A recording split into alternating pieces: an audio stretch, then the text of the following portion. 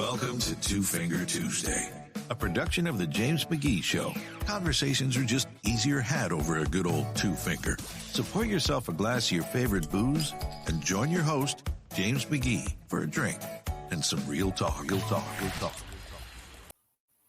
All right, we are back. Two Finger Tuesday. Y'all's favorite guest, back by popular demand, Tommy Wells. Oh, Tommy, I'm telling you, man, I'm about to lose my job over here. Everybody loves you, man. I'm so glad that you're back with us, and I know you have some engagements tonight. You're not able to drink anything. You're about to roll. Yep. But I'm drinking. What I'm drinking tonight, I always try to have something that has a meaning to it. So I'm drinking Peg Leg Porker. It's a bourbon that is distilled in Nashville. Let me tell you, it's good.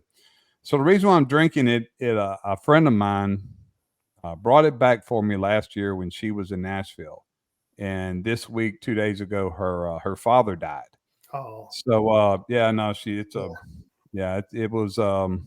it's been a bad deal. He's had cancer. It's just been a bad deal, and so my thoughts and my prayers are with her and her family. And so I'm gonna have my two finger tonight and toast Mr. Bobby. He likes a good two finger now. Bobby likes a good two finger, likes a glass of whiskey. So we're gonna give Mr. Bobby a toast. Look at my man, got his coffee mug. I'll get you a coffee mug. How about that? We're gonna toast Mr. Bobby Babideau tonight. There we go. So what I'd like to talk about first, Tommy, is that yesterday, and I told you yesterday I was preparing for a speech I'm giving Thursday, and today I did some final touches on it. And really, actually, some final touches. Actually, I kind of revamped it. Didn't like the route I was going yesterday, so I started over. And what I said last night, I want your opinion on, because man, you're really one of the best presenters that I know. And what I don't like, what I can't stand, is when people get up there and they're almost apologetic. I'm not a real good speaker. Bullshit. You can, because you have knowledge. Somebody asked you to speak for a reason, man. Yeah. They asked you to speak for a reason.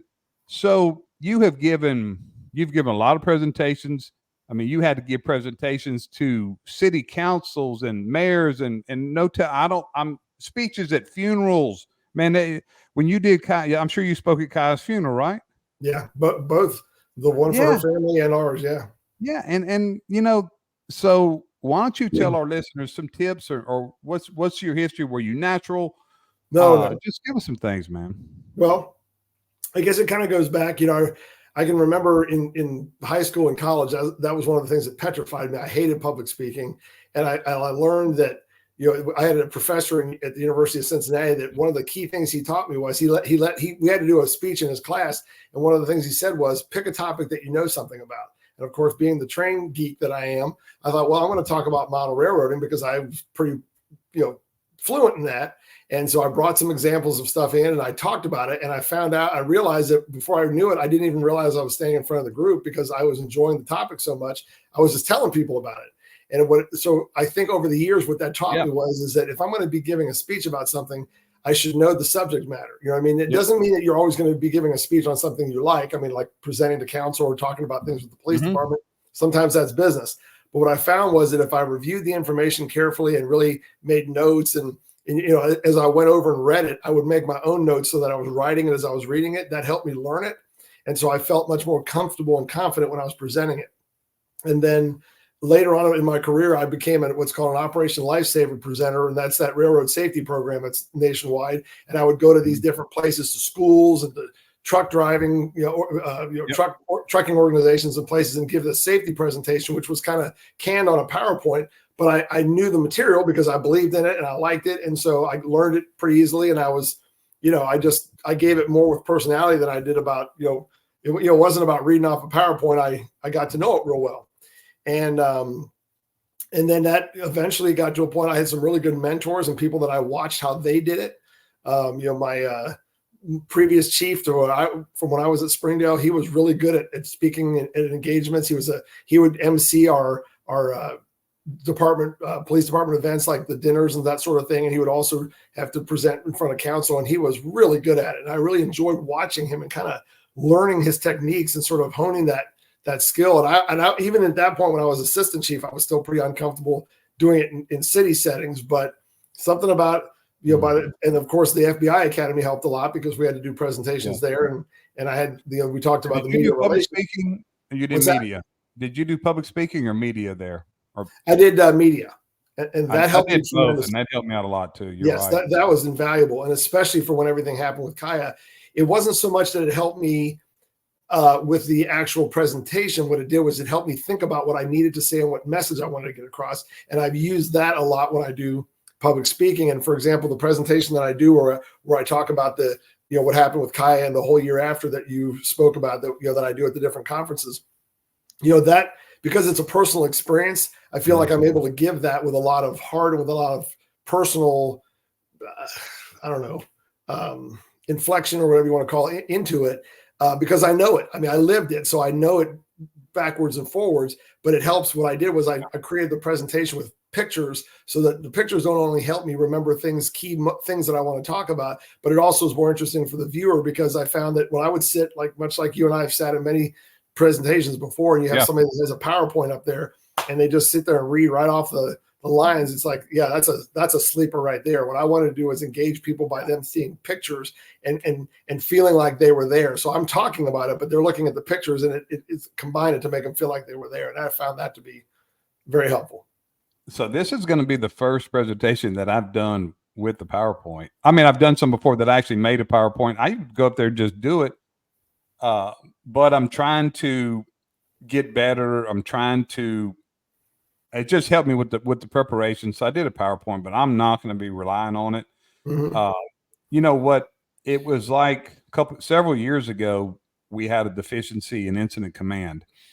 And what we decided to do was we sat in a room with a group of leaders, we sat in a room, and we came up with, we have a lot of opportunities for incident command that we just don't use, So I said, hey, let's just start doing incident command on traffic on take this system and instill it in all these situations, and we're going to be really good. And that's what we did. We use incident command on everything. And when it became large scale, because we had large scale hurricane.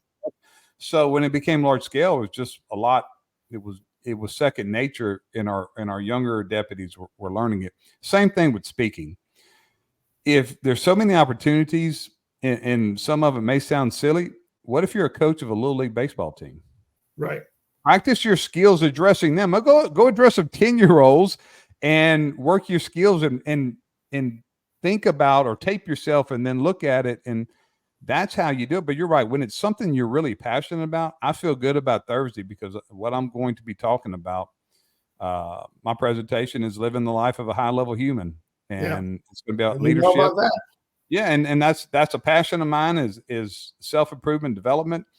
And I'm going to, I feel like I'm going to be able to present it right. But presenting, you and I have had to present stuff that we really didn't care. You and I have had to present things we didn't really agree with.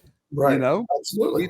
You had to get up there and sell. Look at COVID. We talked about that. You've had to, because that was your job and you had to do those things. Mm-hmm. So just practicing. And the thing about it is mainly it's confidence. Have confidence.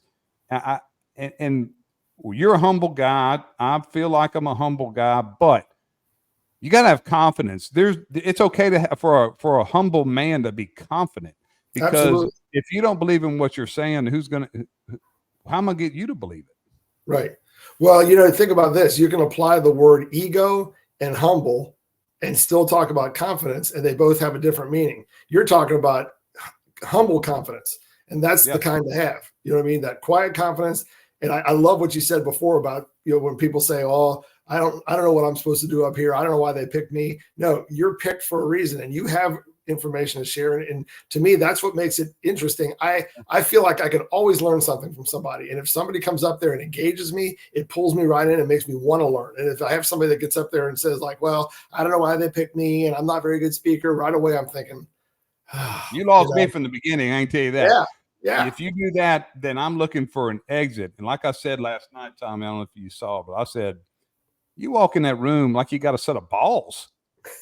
Yeah. Get on that stage like you got a set of balls, man. And that's really, if you think about you have something they need. Yes. And what a disservice to them if you don't give it to them.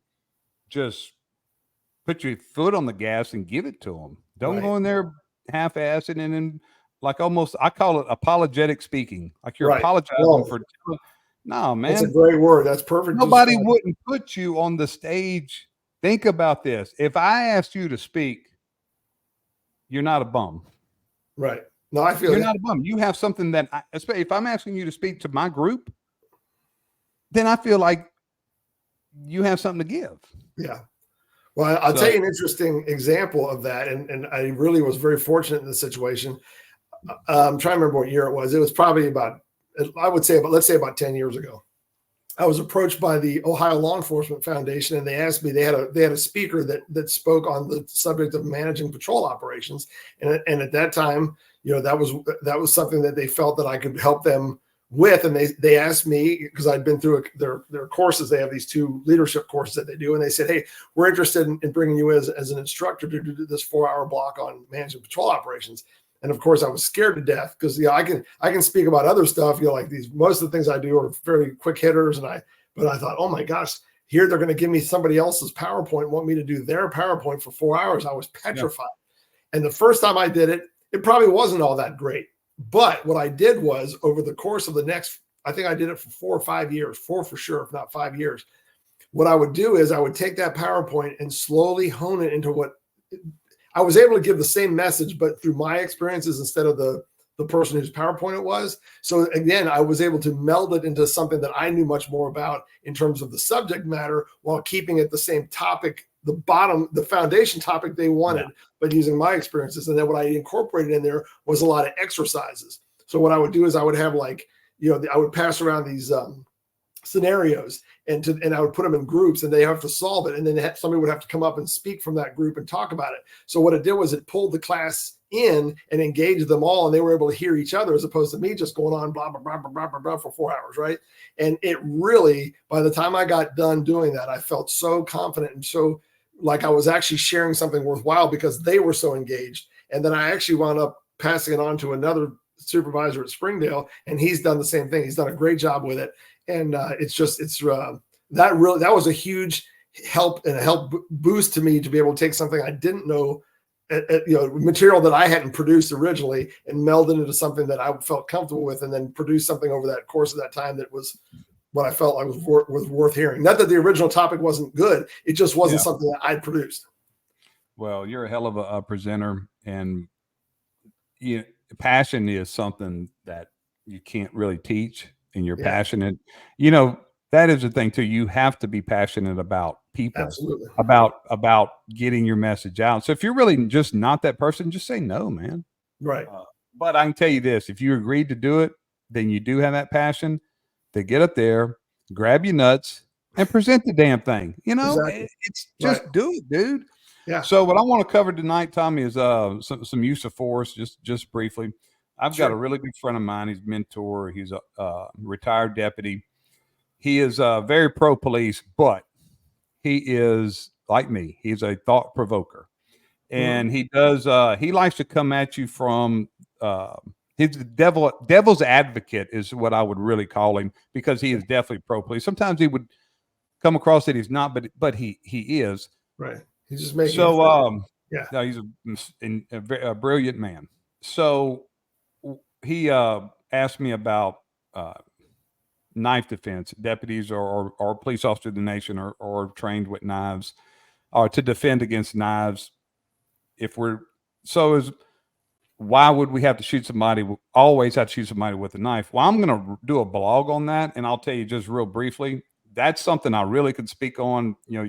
Defensive tactics and use of force is kind of not kind of, it is my passion. Mm-hmm. So, man, I tell you, knives are hard. I'm gonna write a blog. It'd be easier for me to do that. Knives are hard to defend against. Knives are mobile. Guns, man, guns. I don't want to make it sound simple. To defend on a gun, if a gun's close to you as opposed to a knife, all you do is get away from the hole.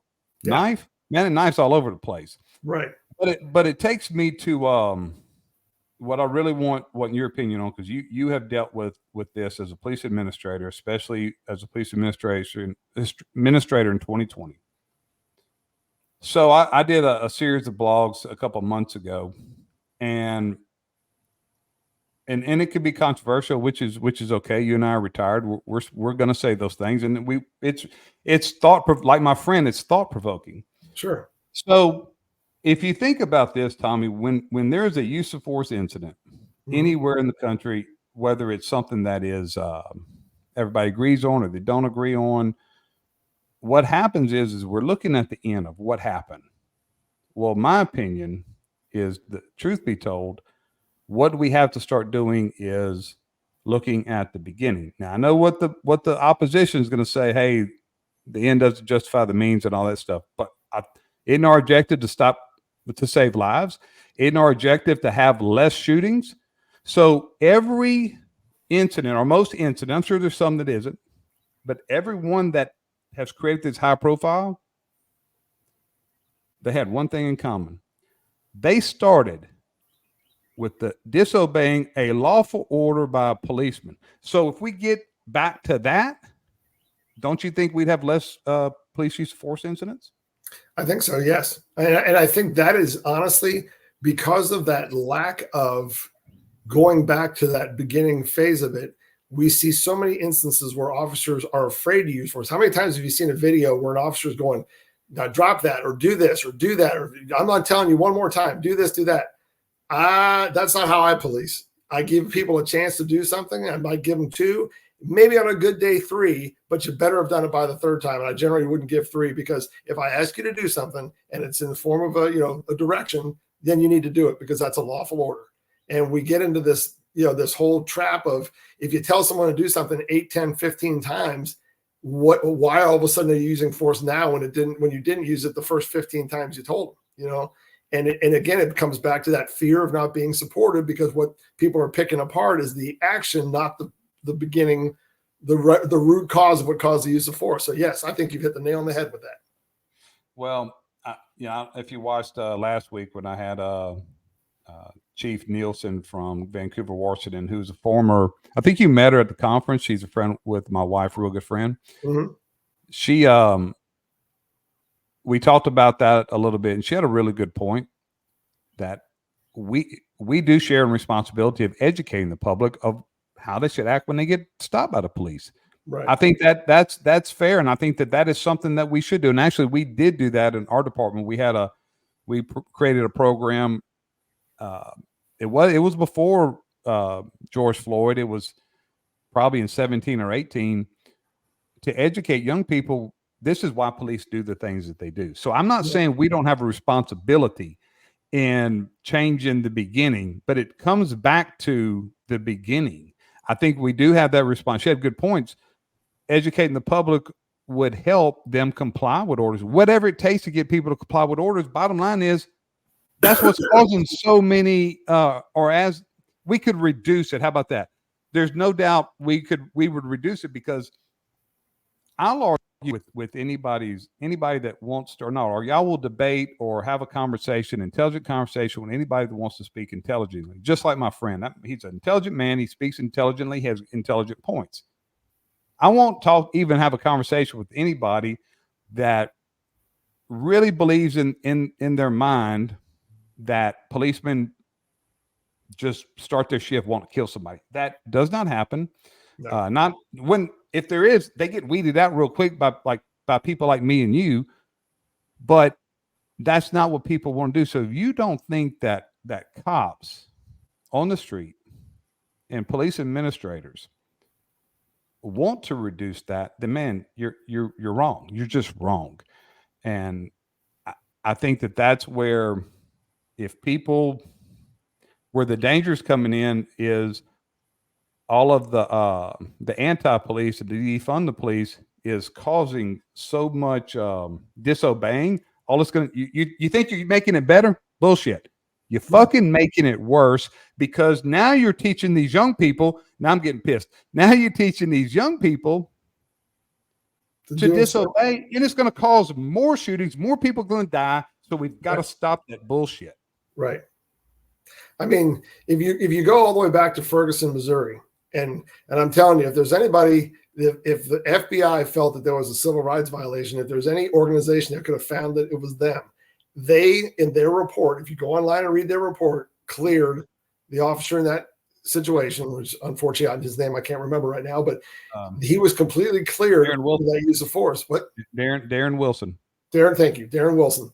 I should have said, I should have said his name because he has a right for it to for that to his name not to be mentioned anymore. But I'm going to mention his name because I support Darren Wilson. Absolutely, he did 100% right. Right. You and I have a very good friend. I'm not going to say his name, even though he don't give a shit if we said his name. But he is coming on the show soon. From St. Louis. We have a really good friend, and he was part of Incident Command in right in the middle of all that. Yeah, he was, and couldn't ask for a better man. If I tell you what, if I had an incident, I'd want that man there too. Right. But there's a lot of things that people don't know about Ferguson. Right, and really the bottom line is that when Michael Brown was told do this, he didn't do it. He continued to attack the officer, and he created the situation that wound up causing his own demise. And that may be controversial. People may not like to hear that. But it's the same thing, frankly, with George Floyd. I'm not making excuses for Derek Chauvin, but George Floyd created a situation that caused himself to be put in that position because he failed to comply. And we see it over and over and over again. You hit the nail on the head. I mean, the truth is the truth. Failure to comply leads to increased use of force. And we need to make sure that we support our folks when they apply. It needs to be swift, it needs to be sure, and it needs to be applied properly. And when the resistance is met, is overcome, then it needs to cease. Mm-hmm. And we need to make sure we are backing our people 110% when they're doing that. And that's, and I agree. Education of the public on how we do things is a good thing. But I also look at it and think if I'm in a situation where I'm concerned about my safety and I tell somebody to do something, they darn well better do it. That's all there is to it. No, you're right. You're right. And I promise you this, they don't make him any more great of the leader than Chief Nielsen, and she definitely wasn't saying that. But we have a responsibility as administrators to do everything we can to protect our officers. And if it's us getting in front of schools and saying, "Hey, this is why they don't," then there's nothing wrong with that. And I think we should do that. But the bottom line is, you're right, Tom. The bottom line is, Paul Harvey said this in the 70s. Paul Harvey said this in the 70s. Real simple. Do what the police tell you to do. I mean, but in the 70s, you probably 95% of the people supported that statement and taught their kids that. Yeah. I'd like to think we're over 50%, but I don't know how much more over 50% we are right now. Right. You're absolutely correct. Yeah. So your homework, Tommy, for the next, we'll give you 2 weeks. You've got to watch The Fall of Minneapolis. Okay. I promise I will. You're going to watch it. I'm going to get Joe to watch it.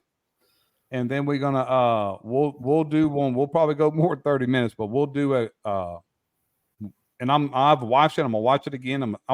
I watched it just as entertainment. Mm-hmm. I watched it, but I'm going to sit down I'm going to watch it, take some notes. I'm going to pause it. I'm really going to do some more research. And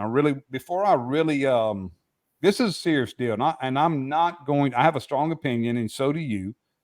But what I'm not going to have is an uneducated opinion. Yeah. I'm going to educate myself, and then we're going to break down what is going on in Minneapolis. Sounds good to me. So, man, I appreciate you coming this week. I got a new intro. You'll be able to listen to it when I send it to you. Got a new intro just for Two Finger Tuesday. Sounds great. I'm excited, and we'll do it. We'll do it next week, and we'll. I'm sure there's something will pop up that we want to talk about. Anything closing you want for our guests? Anything on your mind? Well, you know what? I'm going to throw a little shout out. One of my former police chiefs lost his son this past week to cancer, and it came on very quickly. So I wanted to just a little shout out to Mikey Laggy. If everyone could just put a little thought in their heart for his family, there's nothing worse than burying a child. And there is absolutely. My friend is burying her father this week. and and it's hard. I buried my dad. And I'll tell you, it's hard.